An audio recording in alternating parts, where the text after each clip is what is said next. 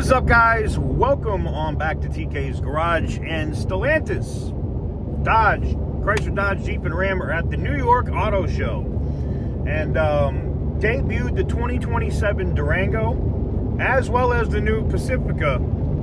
And I'm still not a fan of the Pacifica, but we're going to talk about a lot of different things coming from Chrysler and from Dodge right after this.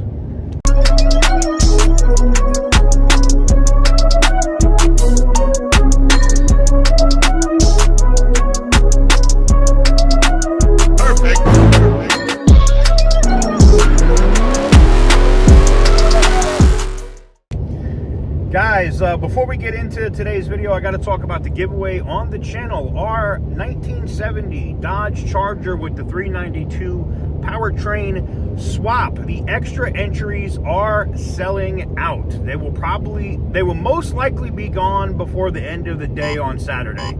That's probably going to be a wrap for that. If that's something you want to get in on, now's the time to do it. And we're also closing out the SRT Jeep Grand Cherokee. That was supposed to end on the 15th, but we're going to close it out on the 6th of April. And there is an insane amount of extra entries that are up now if you want to get in on that.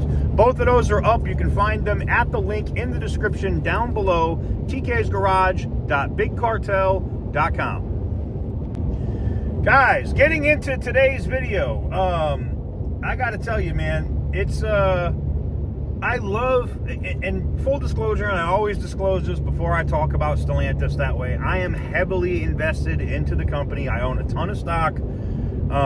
Like I own a house worth of stock at Stellantis, all right? A lot. And yeah, I took a bath when we lost 30% of that stock after I bought in. But it's been doing better, and there's a lot of things to look forward to. And at the New York Auto Show, the CEO of Dodge, Matt McAleer is there, and he was on a segment on Fox Business. I want to run that segment first, and then we're going to come back and discuss. $99 and Brent at $100. But the consumer is still feeling the effects of the Strait of Hormuz's standstill on their wallets. According to AAA, the national average for a gallon of regular gasoline is $4.06. That's compared to 1 month ago. It was $2.98. Fox Business's Jeff Flock is live at the New York International Auto Show here in New York City, where companies are weighing their next moves amid all of this uncertainty with energy prices. Jeff. You might think, Cheryl, with gas prices going through the roof, that people would be, hey, how about EVs? How about smaller vehicles? Not so much. The theme to me is bigger vehicles, not so much on the EVs, and bringing production back to America. I'm going to talk to the busiest man in automotive land these days. This is Matt McAleer, who is the CEO not only of Alpha but of Dodge and Chrysler. You just unveiled this one right here. This is the new 2027 Chrysler Pacifica, and we are extremely excited to put it on display for the first time in person here today on the New York Auto Show floor. A big vehicle. I'm told in 5 seconds you can pull that seat out from. Can you? That's a challenge for you. This is Matt McAleer. Whoa! Look at that. Can you see that? 4, 3, 2, 1, bang. Ready to go. Everything old is. You invented that, by the way. Not you personally. No, but this is our stow and go seating, and we're the only ones that do it in both the second and the third row. So you can put the entire second, third row flat in a matter of seconds, and you can put 4x8 sheets of plywood back there. And walk with me as we look at the rest of the lineup here. It seems like everything old is new again. We've got we got a vehicle over there that's built body on frame, which is kind of an old concept. Somebody coming up with a new station wagon.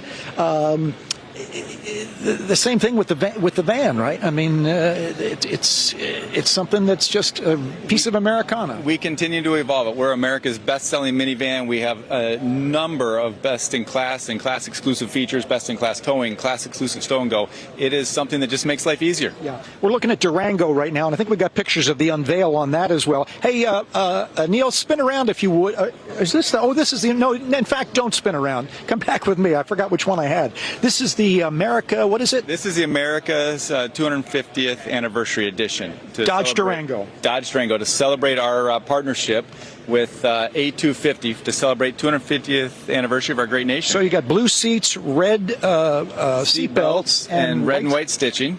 My God. And this is the first time we've done Laguna leather with the blue perforation like this. Well, appropriate maybe in the 250th anniversary, but I also sense the theme of bringing production back to America, which is, I think, even a bigger deal. The Durango is actually made in Detroit, so we're extremely proud of that. And not only do we getting ready to build this one, but we build the iconic Durango SRT Hellcat with 710 horsepower out of the supercharged V8. I want to run over there, but I'm looking at the sign. You're investing $13 billion in the U.S., and that's a big thing, too. Real quick, before we get away, I don't know where Neil went, but maybe he comes over here with me.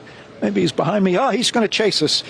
This North American Car of the Year, you're trying to make, this is a muscle car, you're trying to make it affordable, though. There's a lot of muscle cars out there that are expensive as all get out. It is, and one of the things we're doing with this is freedom of choice, power choice. So we start with 420 horsepower inline six, we go to a 550 horsepower inline six, or 670 horsepower all-electric battery vehicle. Two-door, four-door, your choice. We try and give you everything that you want in one package. Because that's the thing, we're talking about bigger and more expensive. You know, you don't make cars at Chrysler anymore. A lot of people don't make cars anymore. Some people want cars because that's all they can afford. And this is a car unlike any other. Inspired by the 1968, you have a hidden hatch design, so you have SUV-like storage capability. Standard all-wheel drive, but you can put 100% of the torque to the rear wheels for that muscle car feel. So it's the best of both worlds. Matt McAleer, I appreciate it. You could sell, as the old line used to be, you could sell buggy whips in Detroit. He's a good salesman, and that is a Charger right there. Cheryl, you can afford that one, I think, and it's a good color for you. I'm sure I could park that on the streets of New York City right now and lose it in a day. But it's gorgeous. Jeff Clark. Just the tires. Yeah. So you can see Matt there, man. I say this all the time, and this is not me. This is not like kissing ass or any of that shit. I don't really give a fuck. It's refreshing to see car people run a fucking car company. Okay, that's like, I've had the pleasure to sit down and have a drink with Matt, and the same thing, with Tim or whatever, with us sitting down and having food and going to different events and just talking cars. You can tell the difference of an auto manufacturer or a car company when it's run by people that are car people, not bean counters and CFOs and fucking retards, okay? That shit doesn't work in this day and age in the car business. I'm sorry. Yes, could you optimize shit and cut costs? Yes, and nobody's going to buy your shit because it's going to have problems. We did this already with Carlos Tavares. That was a prime example, and more to that matter, Carlos Ghosn in Japan with Nissan. So, look, man, I think that the company as a whole, and I think Matt's wearing a lot of hats now. He's got Alfa, he's got Dodge, and he's got Chrysler. And in that interview, you notice he said Chrysler doesn't make cars anymore, and Matt just kind of smiled. Chrysler is going to make cars. That's the news flash. And they might start with an SUV first. I've already talked about it. They might start with a cheaper SUV first, a small SUV or a crossover or something. But Chrysler is definitely going to end up making cars. And I love the vision. Like I said, I got to go to this event up in Vermont, to drive the Charger or whatever in the snow. And I'm on my way down here for Beamer Invasion in Florida. And I'm about to crash the BMW party with a Dodge Charger. Now, you guys know I'm a BMW guy and a Dodge guy. But I've been leaning more and more into Chrysler, Dodge, Jeep, and Ram, and I don't really want to say I don't have a Jeep. I would buy a Chrysler if they brought the Aspen back. You guys know I had like 7 of those fucking things. I love the Aspen. It's probably my favorite SUV ever, straight up. 5.7 Hemi, just beautiful, luxurious. Screen came down. Like I love my Aspens, man. They were awesome. So I'll say this: I think that there is a real opportunity for this company to like rapidly rebound and take back over the market. there's a lot of hype and bullshit about the Corvette and the ZR1X and all this bullshit. Nobody cares about that. That's not cars that everybody's going to be able to buy on a regular basis. When Matt gets this thing out from Dodge, that's going to be a $30,000 or $35,000 car that has performance and can be tuned and do all of that shit, and then you put that together with a, you know, 50,000-ish Charger that can be, you know, tuned like a JDM or a BMW, and that's the reason I'm bringing this Charger to Beamer Invasion, is to show a lot of my BMW guys what this car is capable of. You know, a lot of, you know, people say, oh, aren't you a twin turbo V8 guy? Yes, in my M5s, but like an M4, M3, my BMW 540, the Petty Roosevelt, that was a B58 inline six, and I was making 680 horsepower in that car. So these inline six engines can make a ton of power, right? And to that matter, I mean, think about Jeep. And this isn't new for Chrysler, all right? They had the 4.0, and I know that came from AMC or whatever, but that 4.0 liter inline six, one of the most bulletproof engines that the Chrysler Group ever had, okay? Those Jeep Cherokees that had those engines ran forever, and now they're getting that four-cylinder mini Hurricane in the Cherokees. Eventually you'll get a 5.7 V8, but I am very, I don't want to even say optimistic, I'm very happy about where I see the company's going. And yes, I'm, you know, I see the comments just look, well, it's not fair, you know, you get a lot of inside information. Yeah, I work to get that inside information. A lot of people think because I go to these events every once in a while, you know, if they invite me to come to an event, sometimes, and let me give you some inside baseball, if the company's inviting me to the event and it's something like, I'm going to be going to an event for Ram in the near future, I'm not going to talk about dates, and I'm not going to talk about what it is, right? Because I'll be under embargo. They do that for a reason, so that I can't talk about it or leak the shit to you early. That said, every once in a while, it does give me the good insight to be able to talk to the executives, see where the company's going, because my money's on the line here. I'm fucking heavily invested into this company. So for me, I'm going to ask questions because I want to know how my investment's doing. You know what I'm saying? And I have a very blessed, and I'm very lucky to be able to be in that position to do that. But I also grind my ass off, hustle, and I do a lot of intelligence to be able to dig and get the information that I get out of that company on a regular basis. I've built probably one of the best sources networks inside an auto manufacturing company probably ever. So, yeah, I know. I didn't mean to toot my own horn, but toot toot.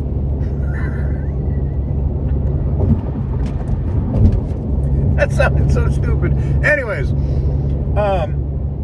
I'm looking forward to getting this Charger this weekend and, you know, showing it off at the event, showing these BMW guys what this car is. And I'm really optimistic and really happy about the future of Stellantis. I really think Tim and Matt and Bob really, and obviously Antonio Filosa, I really think that those guys, you know, all being car people, are really going to turn this thing around. And I think you can see it if you just look at the numbers from Q4 of last year. If you look at Ram sales, right? And I know I've seen the comments and the haters, well, they're going to dry up. No, they're not.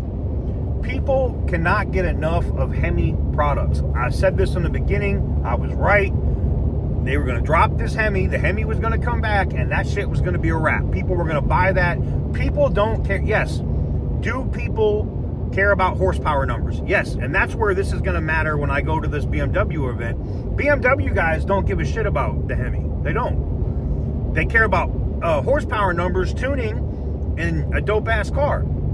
So they're going to see this Charger, and they're going to see that inline six and the power that it comes with stock. And then you tune that, maybe upgrade the turbos, or don't, and just, you know, tune it up a little bit. That car is going to make 650, 700 horsepower with a couple of bolt-ons and a tune. That Charger is going to be insane. So seeing that, and the BMW guys seeing that, Dodge is going to have a whole new influx of customers. At the same time, when the Hemi comes back to the Charger, you're going to have all the purists, the fans, the Dodge fans that are going to buy the Hemi. it's not about horsepower numbers for the purists that are Mopar guys, right? They want that Hemi, they want that sound. They can do bolt-ons to get to the numbers that they want to be at if they want to compete with whatever that Scat Pack Hurricane is, right? But the purists don't give a shit about that. But there's the new vehicles. I think it's cool. You know, the Durango, 2027 Durango is announced, and the Pacifica, and the Pacifica. This wasn't on Matt's watch. This was under Christine Fuel, who left for personal reasons. Fuck out of here. I gotta leave her. I gotta quit being a mean asshole. But I'm just like, anyways, I'm excited about the future of Chrysler. I'm excited about the future of Dodge. I think you're gonna see more products coming at both brands. I'll tell you another thing I'm excited about with Matt is I'm excited about Alpha. I'm a Euro guy. I like European cars. Obviously, I'm a BMW guy, right? So it'll be interesting. I'm going to be paying attention to what Matt does with Alpha, because I think the Giulia, when it first came out, when I had the M3 competition, I thought that I had that manual M3 competition. I thought the Giulia was a very comparable car at that time, and it was fast as hell. So I'm looking forward to see how Matt's going to turn that around to get that back up. Because, no, that car's not for everybody. No, they're not going to sell a ton of units of it unless they come out with something crazy. But I think his stewardship over those companies, over Alpha, over Chrysler, obviously, and he's already been doing his thing at Dodge, and with Tim's help running SRT, and if they SRT everything in those divisions, I think it's going to be awesome. No, we're not getting an SRT Pacifica, though. I think that would be fucking awesome. I don't think they're going to Hellcat a minivan. I know Rich Rebuilds did it. I don't think we're going to get one, but it is what it is. But let me know what you guys think in the comment section down below. Give the video a big thumbs up if you like what I do, and hit the subscribe button if you haven't already. Like I said, I'm looking forward to the future. I like what I'm seeing and what I'm hearing coming out of that company, and I think my investment was well placed. That's all I can say about that. I'm not giving you financial advice. Let me be clear. I don't have a Series 7. I am not a financial advisor. I'm just telling you what I'm doing. I'm not telling you to follow it or jump on board or any of that shit. I never said that. I'm just telling you what I'm doing. Do with that information what you wish. Thank you guys very much for watching. I truly appreciate it. And as always, stay petty, my friends.